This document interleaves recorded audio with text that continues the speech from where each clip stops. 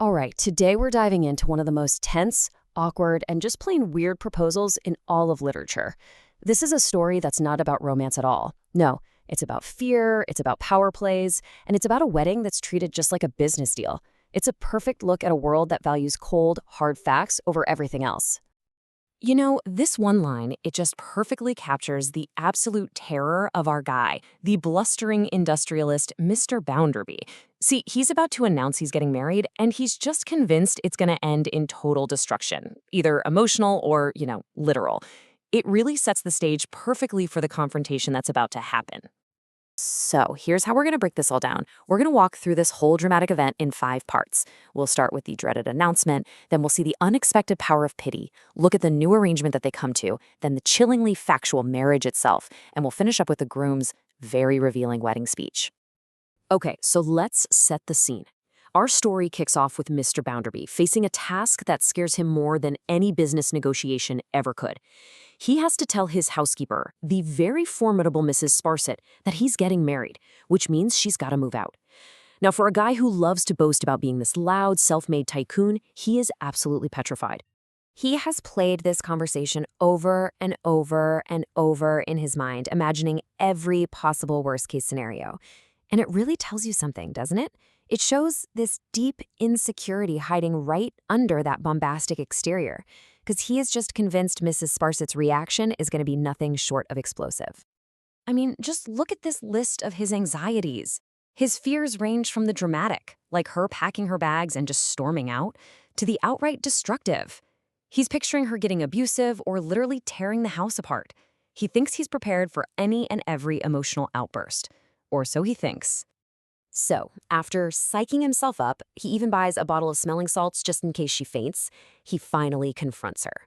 But the reality of the moment, it is nothing like the melodrama he's been cooking up in his head. It's quiet, it's composed, and it's absolutely chilling. After Bounderby stammers and stutters that he's about to astonish her, she just replies with these 2 simple words delivered in the most tranquil manner possible. With this one quiet question, Mrs. Sparsit completely takes away all his power. All that preparation, all that fear, it just evaporates in the face of her incredible calm. And this, right here, is where the whole power dynamic just flips on its head.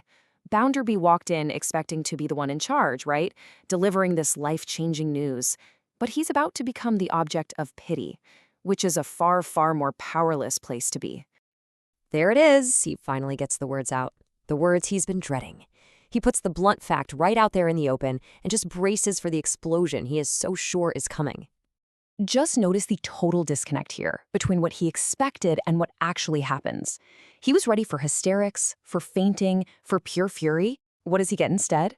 Condescension, this really strange kind of compassion, and an immediate air of superiority. It's the one thing he could have never, ever predicted. This line is just a masterclass in psychological warfare. It sounds polite on the surface, but just listen to what's underneath. She says she hopes the bride is all he deserves. With that one sentence, she completely reframes his marriage. It's not a happy occasion anymore. It's a grim fate that he has brought on himself. She's not angry with him. She pities him. And just like that, Mrs. Sparsit turns him into the victim. She becomes the compassionate, sad observer of his melancholy fate. He's no longer the big, powerful man of the house. No, now he's a forlorner sacrifice, and she now holds all the moral authority in the room. So, with the emotional battle completely lost, Bounderby does what he does best. He retreats to the only ground he actually understands: business. The conversation completely shifts from this deeply personal announcement to a cold, professional negotiation. He's all flustered, so Bounderby tries to solve this whole problem with a job offer. He figures, okay, she can't stay in his house once he's married, so he arranges a new gig for her at his bank. He's basically trying to manage her out of his personal life and into a neat professional box.